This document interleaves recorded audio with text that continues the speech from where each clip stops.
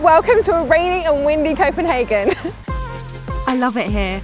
It's a hub of Scandi art and culture. It's the home of the fashionable Hygge concept and was boasted the most bike-friendly city in Europe. It feels like home. That feeling we can't quite describe why, but the vibrancy of the people and the coziness of the culture, it's just a place you won't forget in a hurry. Coming up, we're going to help you get around the city, learn some of the basic lingo, try some Danish delicacies and give you some useful tourist tips. But first of all, we're starting at the airport.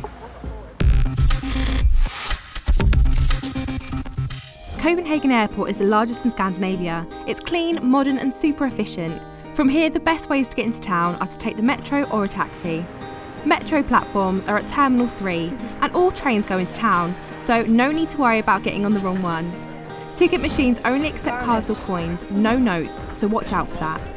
Taxis are available outside arrivals, costing around £35, and it takes about 20 minutes to get into town.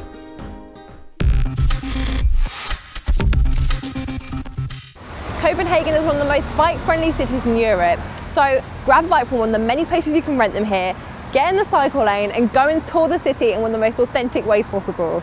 We found a rather fantastic app while in Copenhagen. Donkey Republic allows you to hire a bike right through your phone, almost anywhere in the city. Each bike is unlocked with Bluetooth, so just select your location, find your numbered bike, and away you go.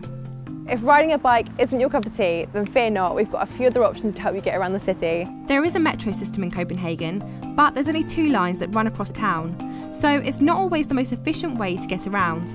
We'll come back to it later, but first we're going to talk about a local Uber equivalent, Taxa 4x35. All you do is you download the app, you then put in your location, it comes up with like a really handy pin, so it says what street I'm on, then I put in my end destination, and then it asks you if you want like a regular car, a station car or a car for 6 people. There's only 3 of us, that's a regular car.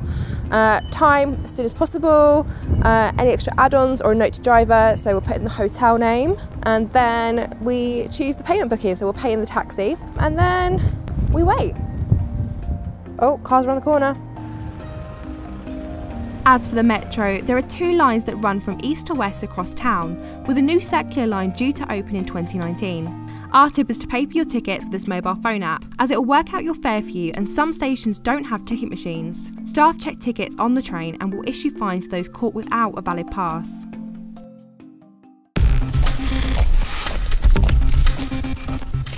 If cycling is your thing and you want to explore Copenhagen the authentically Danish way, then book a bike tour with Copenhagen Bike Adventures. I can't even begin to tell you how much fun it was and how cool it was to see the city from that level. If you prefer to keep your feet firmly on the ground, then a group walking tour with Daniel from Copenhagen Guides will see you learn all about the city's history. So they tear down the ruins, they build a new castle. This was, the 1400s, so it's more medieval, it's bigger, it's better. It has... Pop by Amalienborg Palace at midday to see the changing of the guard. This epic ceremony happens daily, and it's definitely something to witness. Tivoli Gardens is an amusement park in the heart of the city. It opened in 1843 and later was the inspiration behind Disneyland. The park is full of rides, games and stalls, including my favourite, Gallopin. It's especially beautiful in the winter, at Halloween and Christmas. Take a peek into Freetown, Christiania. It's an autonomous district of about 900 people where many of the normal rules don't apply. It's a fascinating experiment in anarchism where residents do not own their own homes and some even openly sell substances that may not exactly be legal. One word of warning, put your camera away.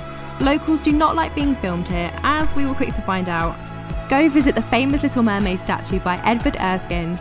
She's displayed on a rock by the waterside and was inspired by Hans Christian Andersen's fairy tale about a mermaid who gives up everything to be united with a young handsome prince on land. And one last thing, museums are shut on Mondays.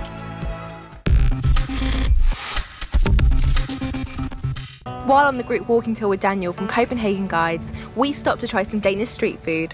You're having a kanelsnegl, which would be a cinnamon roll, or cinnamon snail as we call them. Okay. Which is a very sort of traditional Danish pastry kind of thing. Yeah. That is impressive. So, first thing to know about Danish pastry is it's not Danish and we don't call it Danish. Okay. Yeah. Well, there's a lot of bakers from Vienna who came up to Denmark in the 1600s or so. They brought all this Viennese bread and recipes with them. We did change and perfect them. But in Denmark, a Danish is called a wienerbrød, which is a Viennese bread. So we're probably the only place in the world doesn't have Danish pastry. Okay, what's yours? This is a hot dog, and it's what we call a ristet med det hele, which means roasted with everything. Yeah, I know. Okay. Danish language. Tuck in. Yeah. I'm trying to get some more of this because it's just so good. You do have to eat it at an angle though, because otherwise... Yeah. Okay, so massive thanks to Daniel from Copenhagen Free Walking Tours. Go do it, it was really fun. For showing me some awesome food as well as come and get in Copenhagen. If you're after getting this kind of food, you need to head to where the pedestrian streets meet, which is, I can't pronounce them. You've got Strøget and you've got Købmagergade meeting at Amagertorv. There, just look for this. Fountain of the Storks. Anyway, I'm gonna go eat some more of this.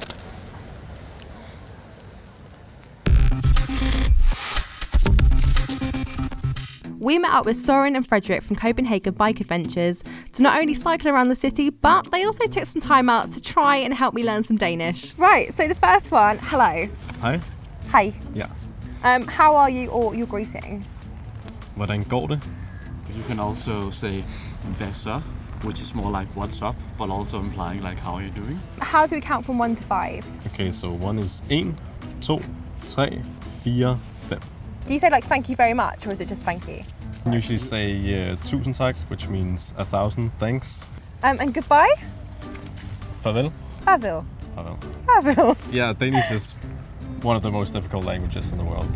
But we like to, on our tours, sometimes try to get people to say some Danish, so they know at least the basics. Yeah. It's nice. No, it's been really fun. Well, thank you so much, guys. Yes, thank you very much. Thank you. As I'm a bit of a fangirl for Danish culture, I managed to sweet talk Daniel into having a coffee with me to humour my interest in Hygge. One of my colleagues, he says, you know, if Star Wars was Danish, Hygge would be the Force. It's that thing which just, you know, binds us, unites us. It's what we're all striving for every single day. When I say something is Hygge or hyggeligt, that could be everything from, you know, if it's a warm, sunny summer day and you're out having a picnic in the park and everything, you got friends and family, that would be Hygge. This time of year when it gets cold and dark and windy and everything, and you've got your light candles and all that, that's Hygge. So you can describe something as being a hyggelig little cup of something, or you can, what we're doing now is Hygge. Christmas is Hygge. You've got, you know, Christmas decorations and good food and family coming over all the time. That's Hygge. So it's more like a feeling in how... It is. It's very much more of a feeling. Thanks Daniel from Copenhagen Walking Tours for taking the time to Hygge with me.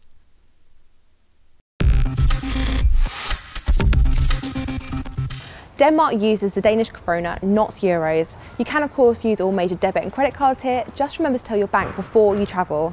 Now, Copenhagen's known for being a little bit on the pricey side, so we've taken a look back at our costs so you know what to plan for. Return flights were £130 per person. Our hotel was £260 for 3 nights per room. Travel insurance was £18.75 for standard cover with holiday extras. This latte was 35 kroner and the Danish was 27 kroner. This burger meal was 109 kroner. Entrance to Tivoli was around £14. And then for the unlimited ride ticket, it's around £34 per adult. Service staff in Denmark are paid quite well, so tipping really isn't a thing here. However, if you're feeling generous and the service has been pretty awesome, then leave some extra money. As always, if you want to know about the conversion rates, we recommend using xe.com or downloading the app. And even though we're almost done in Copenhagen, remember to subscribe because we've got loads more awesome travel content to come. So that's it from my time here. I've absolutely loved Copenhagen. From the people, the Danish food, culture, they've really got it sorted here. And even though it's been a bit rainy over the last few days, it doesn't ruin the vibrancy of this small, compact, perfect city. And do you know what? I just don't want to go. I don't want to go. I'm going to go on the road instead.